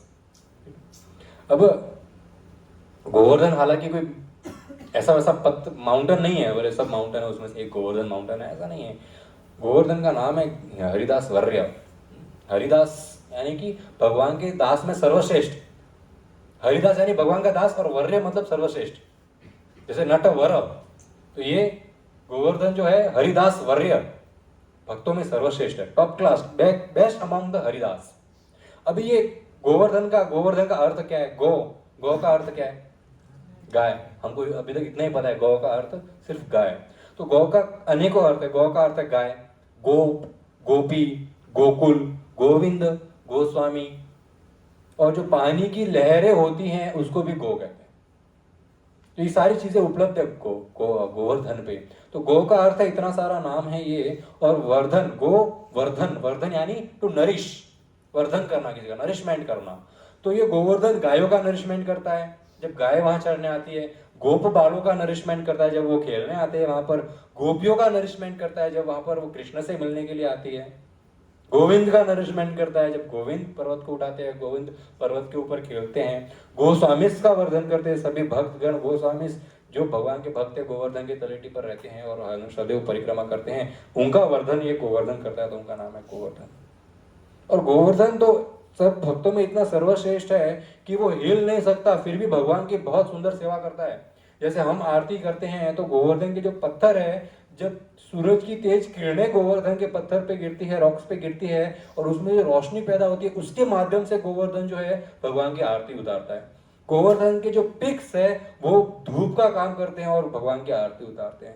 गोवर्धन के ऊपर सुंदर सुंदर वृक्ष है और उस वृक्ष के ऊपर सुंदर सुंदर फूल लगते हैं, वो फूलों का गार्लैंड बना के गोवर्धन भगवान को पहनाता है। गोवर्धन के ऊपर, वृक्षों के ऊपर सुंदर सुंदर स्वादिष्ट फल निकलते हैं, उस फल और सुंदर सुंदर झरने हैं, उस झरने के माध्यम से भोग अर्पण करता है गोवर्धन कृष्ण को। इतनी सेवाएं गोवर्धन बिना हिले कर सकता है, और हम हिलते डुलते व्यक्ति कभी भगवान का एक बार नाम भी नहीं जप कर सकते। क्या जिंदगी है हमारी। और गोवर्धन श्रीमद् भागवतम, जैसे बहुत सारे लोगों को यकीन नहीं होता गोवर्धन में भी प्राण हो सकते हैं। श्रील प्रभुपाद कहते हैं कि स्टोन्स आर आल्सो कॉन्शियस। बोले स्टोन का, एक पत्थर का कॉन्शियसनेस है वो इतना बहुत बहुत बहुत बहुत बहुत ज्यादा कम है, परंतु स्टिल दे आर कॉन्शियस। जैसे हम जीव कॉन्शियस है, यानी कि हमारे में चेतना है। वृक्षों में चेतना होती है, जानवरों में चेतना होती है, उसी प्रकार पत्थरों में भी चेतना होती है, बहुत ही कम मात्रा में, परंतु होती जरूर है। हालांकि गोवर्धन कोई दूसरे पत्थरों के जैसा नहीं है। गोवर्धन को पत्थर मानना, श्रीमद् भागवतम को एक केवल बुक मानना, गंगा को केवल पानी, तुलसी को केवल पेड़, यमुना को केवल नदी, वृंदावन को केवल वन, गुरु को केवल इंसान, और शालिग्राम को केवल एक पत्थर, काला पत्थर, और गोवर्धन को केवल एक पर्वत मानना सबसे बड़ा अपराध, सबसे बड़ा पाप है। और यदि किसी व्यक्ति को भगवान की भक्ति में इच्छा नहीं है, मतलब इच्छा है परंतु हृदय बहुत कठोर है, किसी किसी का हृदय पत्थर के जैसा होता है, तो गोवर्धन की पूजा करने से हृदय पिघल जाता है हमारा। गोवर्धन की पूजा खासकर कार्तिक महीने में, अभी हम गोवर्धन शिला उठा के नहीं ले सकते, दैट इज नॉट अलाउड, परंतु गोवर्धन की फोटो निकाल के उसकी सेवा करो, उसकी पूजा करो। वृंदावन, गोवर्धन के आसपास जो घर पे लोग रहते हैं उनको डीडी लाने की जरूरत नहीं रहती है। उन लोग अपने घर में खाली गोवर्धन की तरफ खिड़की रखते हैं, वो खिड़की उनका मंदिर बन जाता है। वो खिड़की के ऊपर भोग रखेंगे, सामने वो गोवर्धन पर्वत है, वो भोग लग जाता है। खिड़की पे आरती उतारते हो, खिड़की का पर्दा बंद करते हैं गोवर्धन सो के। तो इस प्रकार वो गोवर्धन की सेवा करते हैं, गोवर्धन साक्षात सामने बैठे हैं। तो हमारे पास खिड़की तो नहीं है, परंतु कलयुग के देव की इतनी कृपा है कि आजकल फोन, फोटो हर जगह उपलब्ध है। साक्षात गिरिराज नहीं आ सकते तो गिरिराज फोटो के रूप में आ जाए। जैसे भगवान कृष्ण उद्धव को कहते हैं मेरी पूजा लकड़ी के रूप में, पत्थर के रूप में, और मिट्टी के रूप में, नाम के रूप में, और चित्र के रूप में भी की जा सकती है। मैं चित्र में भी वास करता हूँ यदि मेरी पूजा करे कोई तो चित्र, गोवर्धन का चित्र ला की भी पूजा हो सकती है। जो भगवान की डिटेल्स नहीं ला सकता गौर नेता है, वो गौर नेता की फोटो की सेवा कर सकता है। कोई अंतर नहीं है भगवान में, भगवान के विग्रह में, फोटो में। तो इसी प्रकार गोवर्धन की पूजा करने से जो हृदय है वो भी पिघल जाता है। आज थोड़ा लेट हो गया है, तो हम हमारी कथा को आज यहीं विश्राम देंगे। हमारे हीरो की एंट्री फिर कभी करवाएंगे। जैसे कोई सवाल है? यस दिलीप। वही आपने बोला कि हम सब कृष्णा के इशारों पे नाचते हैं और वही हमें नचाते हैं, तो कोई इंसान बुरे कर्म करता है क्यों? उसके अंदर ऐसी नीच हरकतें आती हैं। नीच हरकतें क्यों आती हैं? बहुत अच्छा। अब जैसे तो हम तो सब कृष्ण के अधीन हैं, जैसा कृष्ण चाहे वैसा ही कर सकते हैं। इसका यह अर्थ है कि हमारे जो रूलिंग पर्सनालिटी है, हमारी गवर्नमेंट है, तो गवर्नमेंट जैसा चाहेगी वैसा ही हमको करना पड़ेगा। उसने जितना टैक्स पे किया है उतना ही टैक्स भरना पड़ेगा हमको, नहीं भरेंगे तो सजा मिलेगी। रूल्स है, ये सिग्नल पे रुकना है तो इस सिग्नल पे रुकना ही पड़ेगा। रूल है आप किसी का मर्डर नहीं कर सकते तो यू हैव टू स्टॉप। तो ये रूल्स है। ये मतलब इनडायरेक्टली जैसे भगवान के इशारों पे, माया के इशारों पे नाचते हैं, गवर्नमेंट के इशारों पे नाचते हैं, but still there is a slight independence given to every जीवा। हम सबको एक इंडिपेंडेंस दिया है भगवान ने। भगवान स्वतंत्र है, भगवान को कोई काबू नहीं रख सकता। हम भगवान के अंश है, हमारे अंदर वो सारे गुण है जो भगवान के अंदर है, परंतु बहुत कम मात्रा में। तो भगवान का एक गुण है कि भगवान स्वतंत्र है, तो हमको बहुत कम मात्रा में स्वतंत्रता दी गई है। तो वो स्वतंत्रता का लोग गलत फायदा उठाते हैं, सिग्नल तोड़ते हैं, फिर फाइन लगती है। गवर्नमेंट ने बोल दिया नहीं करना है, गवर्नमेंट ने इशारे पे हम नाचना है हमें, परंतु फिर भी वो इंडिपेंडेंस का फायदा उठाते हैं। मामू नहीं दिख रहा, चलो तोड़ दो। इसीलिए कोई देख तो नहीं रहा है, भगवान देख तो नहीं रहे, माया देखनी, चलो गलत कार्य कर लो, कर लेते हैं, पर फिर माया अपने इशारों पे फिर से नचाना शुरू कर देती है। तो इंडिपेंडेंस का हम फायदा उठाते हैं, और वही इंडिपेंडेंस का हम फायदा उठा सकते हैं नाम जप करके। माया को हेल्प नहीं करते, नाम जप करो, चलो अभी आपका बारी आ गया नाम जप करने का, नहीं ना, वो आपका इंडिपेंडेंट चॉइस है, आपको नाम जप करना है, मर्डर करना है। इसलिए लोग गलत कार्य भी करते हैं, इसलिए लोग भक्त भी बनते हैं। भगवान नहीं बनाते भक्त, हम खुद बनते हैं, हम भगवान गुरु की कृपा से इंडिपेंडेंट चॉइस है। और किसी को कोई सवाल? यस रोहित। ये जो अपने विठ्ठल रुक्मिणी भगवान है, ये कृष्ण भगवान के अवतार है क्या?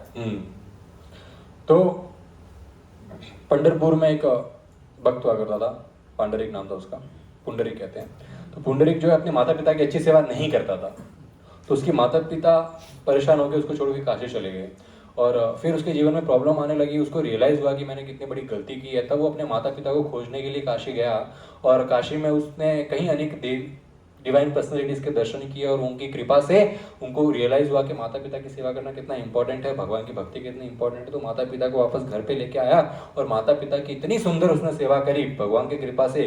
पुंडरिक ने इतनी सुंदर सेवा करी कि उनकी माता पिता की सेवा से भगवान कृष्ण द्वारका में इतने प्रसन्न हो गए कि द्वारका छोड़कर वो पंढरपुर आ गए।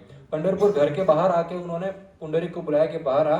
तो पुंडरिक क्या उस समय अपने माता पिता के चरण कमल दबा रहा था कि सो जाएंगे, वो चरणों की सेवा कर रहा था। तो उसने ईंट फेंक दी पुंडरिक ने कि जो भगवान बाहर खड़े रहो ईंट के ऊपर, मैं आ रहा हूँ थोड़ी देर में। भगवान को रुकना पड़ा, तब तक वो अपने माता पिता की सेवा कर रहा था। तो भगवान जो है वेटिंग, कभी कभी हम वेट करते हैं ऐसे पोजिशन में, कभी कभी हम वेट करते हैं ऐसे। तो भगवान ऐसे वेट कर रहे थे, वो ईंट के ऊपर खड़े रहकर, और ऐसे वेट ही करते रहे। फिर पुंडरिक जब बाहर आया, तब पुंडरिक की सेवा से भगवान इतने प्रसन्न हुए, और पुंडरिक भी भगवान का अच्छा भक्त था, भगवान के चरणों में गिरा। भगवान ने कहा क्या वरदान चाहिए? पुंडरिक ने कहा हमेशा के लिए यहीं रह जाओ। तो भगवान इसी अवस्था में, इसी पोजीशन में आज भी पंढरपुर में निवास कर रहे हैं। पीछे पीछे रुक्मिणी देवी भी आ गई, बोले कहाँ गए मेरे नाथ? तो भी बाजी में आके कैसे खड़ी रह गई। तो विठ्ठल भगवान को मराठी में कहते माऊली, और रुक्मिणी देवी की पूजा होती है पिता के रूप में।